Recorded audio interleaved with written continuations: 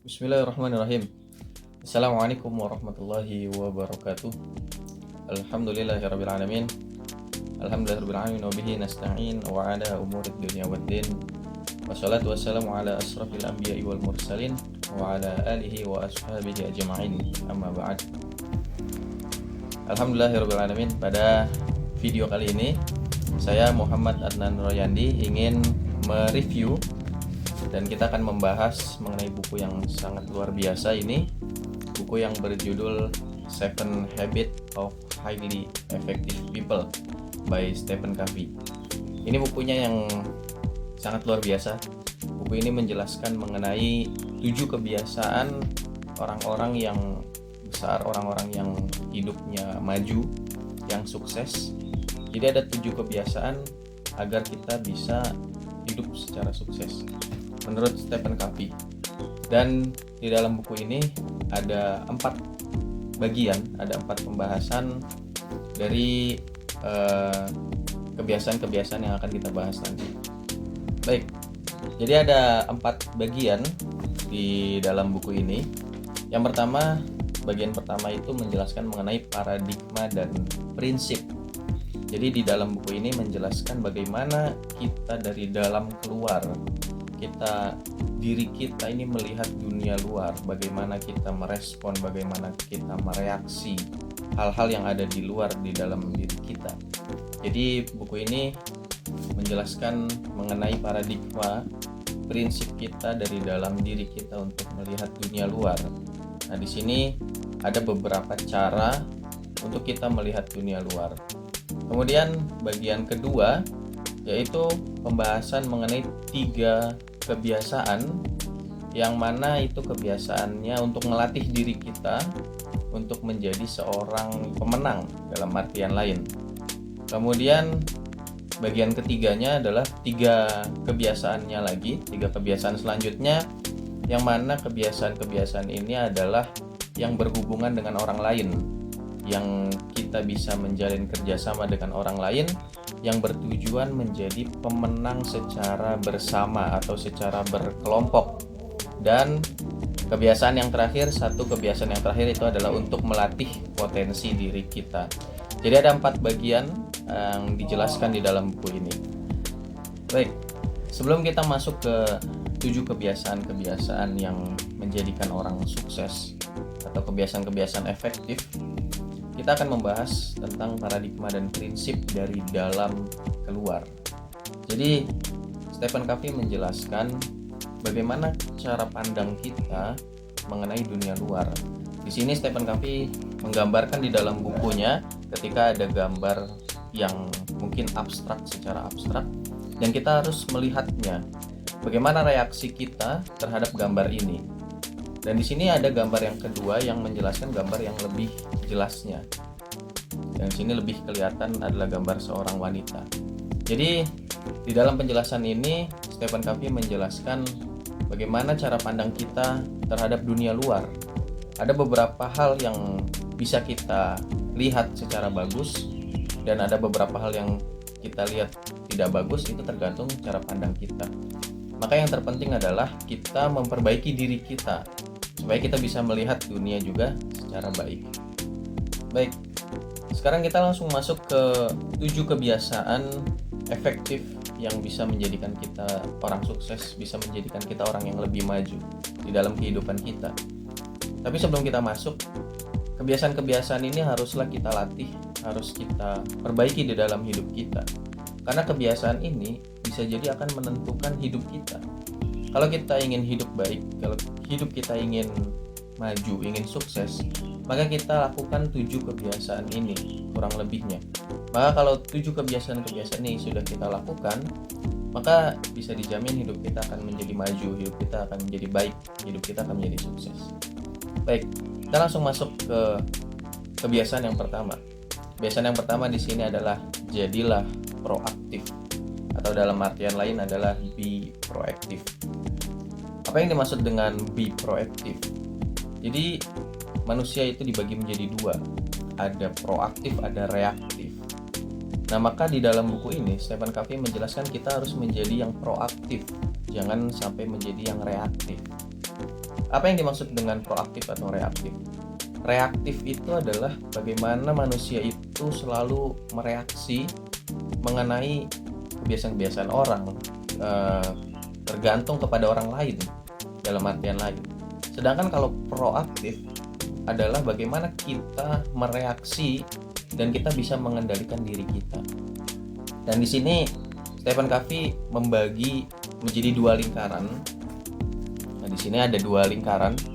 Di dalam pendapatnya Stephen Covey ini sama dengan pendapatnya yang penganut sistem filsafat Stoicism mengenai dikotomi kendali.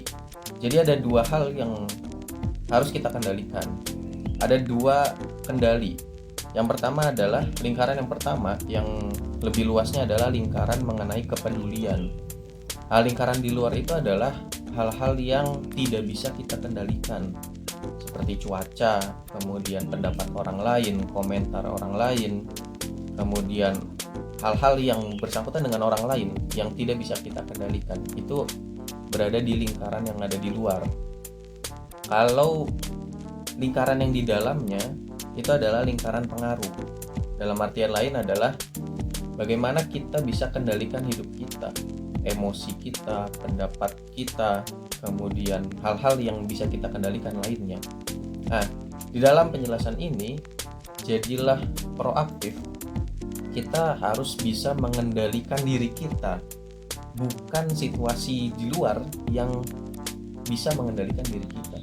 Jadi kalau kita ingin sukses, jangan sampai kita dikendalikan oleh hal-hal di luar hidup kita. Contoh lain misalnya cuaca. Cuaca adalah hal yang tidak bisa kita kendalikan. Maka kita harus mereaksinya dengan baik. Jangan sampai kita mengeluh karena cuaca yang tidak baik. Dalam hal ini mungkin contohnya ketika kita ingin bepergian, kemudian hujan. Nah, ini bagaimana reaksi kita terhadap hujan? Kalau hujan bisa mengendalikan hidup kita, maka kita selalu menjadi orang yang reaktif. Maka kita harus menjadi orang yang proaktif. Karena hujan tidak bisa kita kendalikan, maka ya simpel saja. Kita berpikir bagaimana mengendalikan diri kita, bukan berpikir mengendalikan cuaca, karena kita tidak bisa mengendalikan hujan. Jadi kita kendalikan perasaan kita kendalikan emosi kita. Ketika hujan, ya cukup berhenti sejenak, meneduh, atau membawa jas hujan lebih amannya. Kalaupun tidak membawa, kita bisa membeli dulu. Jadi tidak usah diatur oleh hal-hal yang tidak bisa kita kendalikan ke depannya. Jadi yang pertama adalah be proactive. Kemudian kebiasaan yang kedua adalah merujuk pada tujuan akhir. Nah, di sini Stephen Covey menjelaskan adalah dalam artian lain beginning from the end, atau kita melihat tujuan akhir kita. Apa dan bagaimana tujuan akhir kita. Jadi kita menentukan dulu tujuan akhir kita ingin menjadi apa. Dan baru ketika kita sudah mempunyai tujuan akhir, kita akan melihat bagaimana cara untuk menempuh tujuan akhir tersebut. Bagaimana kita seperti melakukan perjalanan yang panjang, kita harus melihat tujuan akhir kita. Kita akan kemana dan tujuannya kemana. Maka dalam tujuan itu, kalau kita sudah memiliki tujuan akhir, kita akan melihat jalan mana yang akan kita tempuh, kemudian jarak tempuhnya berapa lama, kemudian rintangan-rintangan di depannya seperti apa, bagaimana. Maka ketika kita sudah memiliki tujuan akhir, kita lebih prepare, kita lebih siap dalam menghadapi tantangan-tantangan ke depannya. Dan di sini adalah kita dilatih untuk menulis tujuan-tujuan kita. Dalam artian lain mungkin 5 tahun ke depan, 10 tahun ke depan, kita ingin menjadi apa, kemudian kita ingin seperti apa. Dan ketika kita sudah memiliki tujuan-tujuan akhir, kita harus merancang bagaimana perjalanan untuk menempuh tujuan akhir tersebut. Kemudian selanjutnya adalah kebiasaan yang ketiga. Kebiasaan yang ketiga di sini Stephen Covey menjelaskan dahulukan yang utama. Atau dalam artian lain adalah put first thing first. Jadi kita harus menaruh skala prioritas di dalam hidup kita. Mana yang harus kita lakukan dulu dan mana yang bisa nanti saja. Jadi kita harus menentukan pembagian-pembagian yang ada di dalam hidup kita. Jangan sampai kita melakukan sesuatu hal yang sifatnya tidak urgent dan tidak memiliki kepentingan, sedangkan yang memiliki kepentingan dan urgensi yang sangat tinggi kita lakukan nanti. Jadi di sini kita harus melakukan skala prioritas kita di dalam hidup kita supaya kita bisa menjalankan hidup kita dengan aman, tidak terburu-buru. Nah, dalam hal ini Stephen Covey menjelaskan kita harus memiliki manajemen waktu yang baik. Jangan sampai kita tidak memiliki manajemen waktu yang baik sehingga hal-hal yang urgent dan tidak urgent itu bersatu dan kita akan merasa pusing, merasa tidak tenang karena banyaknya tugas. Jadi kita harus memanage waktu, kapan harus melakukan ini, kapan kegiatan ini dilaksanakan, dan kapan tugas ini dikerjakan, dan mana yang lebih dulu. Jadi dalam bahasa Arab mungkin dijelaskan ikhtar ainal aham bainal muhim. Jadi ada sesuatu yang penting, namun ada yang lebih penting lagi, maka kita harus memilih yang lebih pentingnya itu. Dan di sini kita tidak fokus kepada masalahnya, karena kalau kita fokus kepada masalah ya tidak akan dikerjakan, tapi fokus kepada peluang.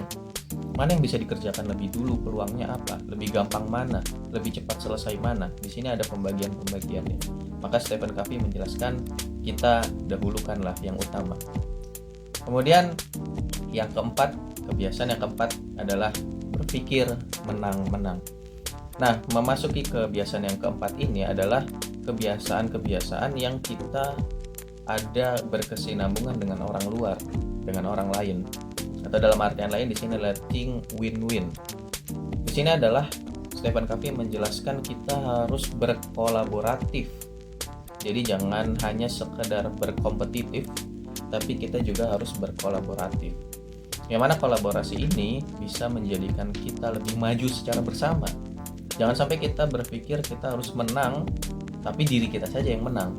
Kita juga bisa mengajak orang lain untuk bekerja sama supaya mencapai kemenangan secara bersama. Dan di sini kalau hubungan yang baik, misalnya kemenangan itu diraih secara bersama, maka di sini akan tercipta hubungan yang baik. Adanya networking yang besar, hubungan yang besar antara kita dengan orang luar.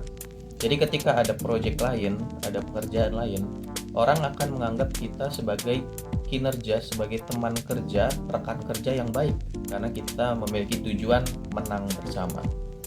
Kemudian masuk ke kebiasaan yang kelima. Kebiasaan yang kelima adalah berusaha untuk mengerti terlebih dahulu baru dimengerti. Di sini Stephen Covey menjelaskan listen to understand, not to reply. Jadi sebelum kita ingin dimengerti oleh orang, hendaklah kita mengerti dulu apa yang orang mau. Jadi di sini kita dilatih menjadi pendengar yang baik. Karena pendengar yang baik itu lebih baik daripada pembicara yang baik. Di sini kita dilatih untuk memiliki empati terhadap orang-orang. Jadi menaruh respect kepada orang lain dengan cara mendengarkan apa pendapat mereka, apa yang ingin mereka sampaikan. Baru kita bisa meminta untuk dimengerti. Jadi sebelum kita ingin dimengerti oleh orang lain, hendaklah kita mengerti terlebih dahulu apa yang orang lain mau. Nah, di sini kita melatih empati kita terhadap apa-apa saja yang ada atau apa-apa saja yang menjadi pendapat orang lain. Kemudian masuk ke kebiasaan yang keenam, yaitu adalah sinergi.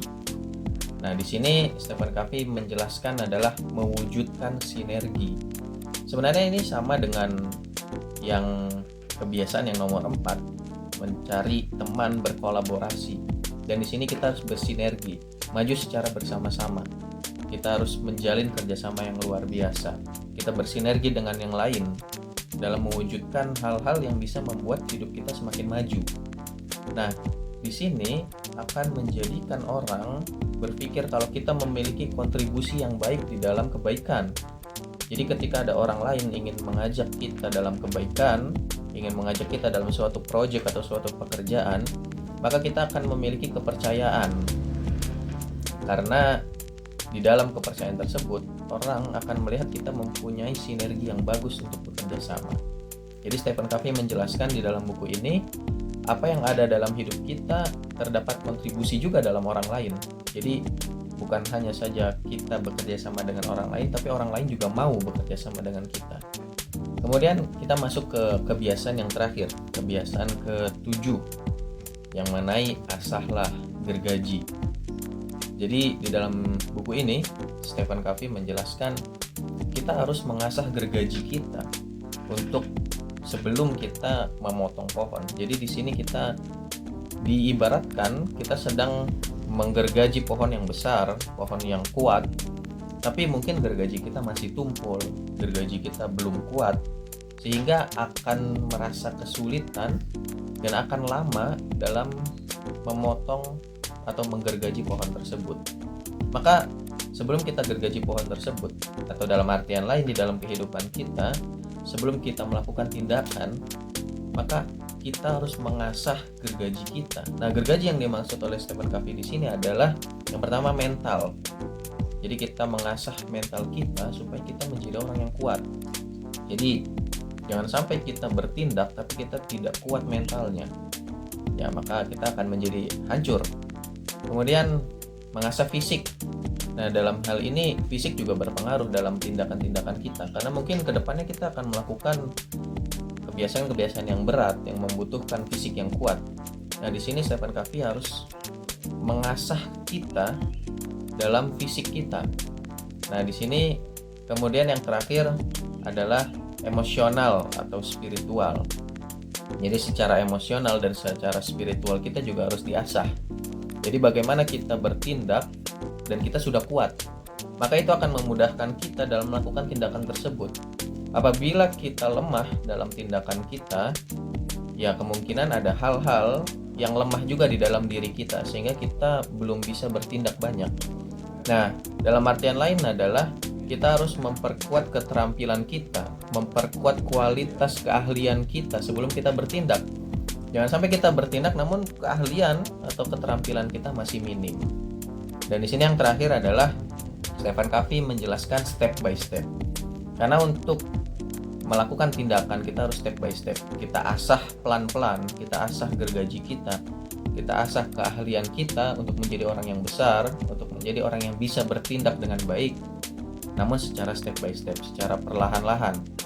Jadi ketika kita sudah memiliki hal-hal yang kuat, kita sudah punya gergaji yang kuat, maka akan mudah dalam menebang pohon atau dalam melakukan tindakan. Baik, jadi itu kurang lebihnya mengenai 7 Habits of Highly Effective People by Stephen Covey, yang menjelaskan ini 7 kebiasaan yang luar biasa. Di sini saya belajar banyak mengenai buku ini yang bisa menjadikan kita lebih kuat lagi ke depannya. Bagaimana kita bisa mengendalikan diri kita, bagaimana kita bisa melihat dunia luar, bahwasannya memang pada kenyataannya dunia luar itu tidak semuanya sesuai dengan apa yang kita inginkan. Terkadang memang ada beberapa hal yang tidak sesuai dengan apa yang kita harapkan. Nah, di sini kita melatih diri kita bagaimana kita bisa mengontrol diri kita bisa menjadi proaktif yang tadi dibahas di kebiasaan yang pertama. Bagaimana kita menjadi orang yang bisa mengendalikan diri kita. Kemudian kita dilatih untuk melakukan prioritas, mengerjakan prioritas-prioritas yang utama. Kemudian kita melakukan berpikiran win-win, menang dan menang, jadi bukan menang sendiri. Kemudian kita juga dilatih untuk bekerja sama, berkolaborasi, selain juga melakukan kompetisi. Dan ini adalah 7 kebiasaan yang harus kita lakukan di dalam hidup kita kalau kita ingin menjadi orang yang hebat, menjadi orang yang sukses, menjadi orang yang maju. Baik, mungkin itu saja pembahasan review dari saya mengenai buku 7 Habits of Highly Effective People by Stephen Covey. Mungkin itu saja, kurang lebihnya mohon maaf.